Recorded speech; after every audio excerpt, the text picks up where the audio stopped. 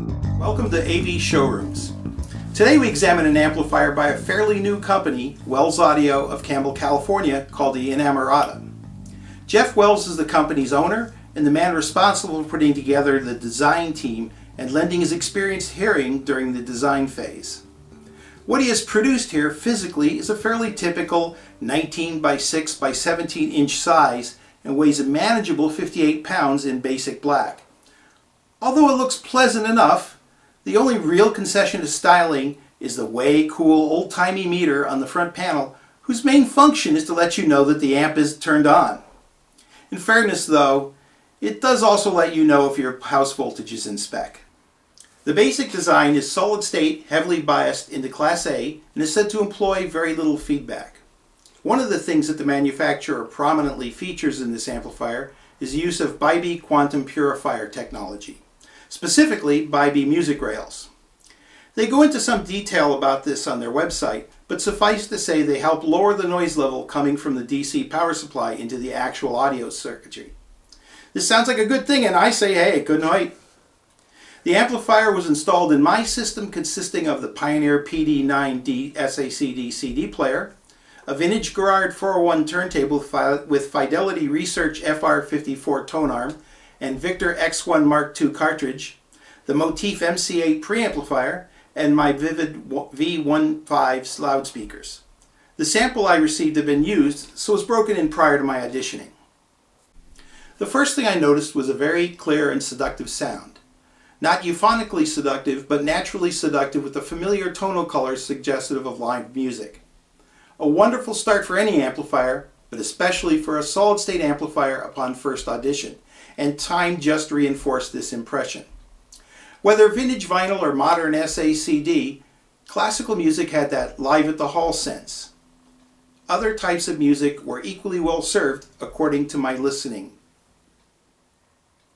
The sense of space was quite fine, and dimensionality was about the best I have heard from my speakers. This was enhanced by the sense of the music coming not out of a black background, but out of just plain, clear, empty space as you would want. Maybe the music rails here are at work. The bass was as good as the Vivid 1.5 speakers will allow, seeing as they are not true, full-range designs. This may be expected for a modern, moderately priced amplifier, but what you may not expect is the overall sense of ease and lack of grain that often is just accepted as part of the usual solid-state trade-off. This is why tube amplifiers have kept such a following through the years. Despite their particular trade-offs, you generally didn't have to worry about roughness, grain, or other unrealistic nasties with tubes. Well, you pretty much don't have to worry about them here either. Dynamics are fine, and detail is quite good, both being at levels that only the super and super expensive amps significantly exceed. The Vivids have metal cone woofers and metal dome tweeters, and in general strive for detailed and brilliant, but not overbright sound. They can be driven over the top by the wrong amplifier, but nothing untoward was noticed in terms of ringing or artifacts in the mids or treble. Really, there is to my ears no real downside here. I always enjoyed listening to the system with the Wells in place.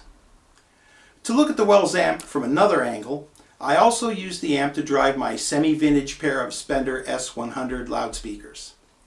The S100 is the predecessor to the current SP100R2 designs and is a large three-way box speaker.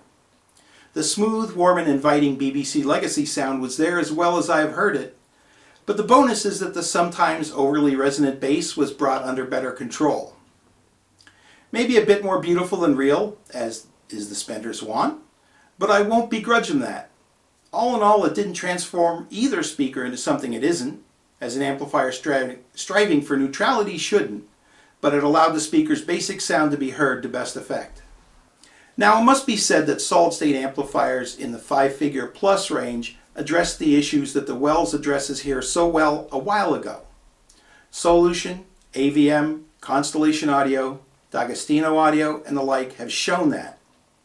But companies like Wells Audio and Air Audio, to name two, are now bringing tube-like advantage down to more affordable solid-state designs. For many people, the days when you would have to consider whether to look into tubes at all may be over, unless you are terminally addicted to their somewhat euphonic but sweet and smooth presentation. To be sure, some tube designs may still beat even the best solid-state designs in the areas that tube excel, but that gap seems to be ever closing. So what we have here is a well-built and well-designed amplifier that never disappointed me in my auditioning. Right now, I have to say that the Wells is the best overall amplifier I have heard in my own system. I'm pretty sure some of the heavy hitters in the solid-state world are its better, but they are not nearly as affordable.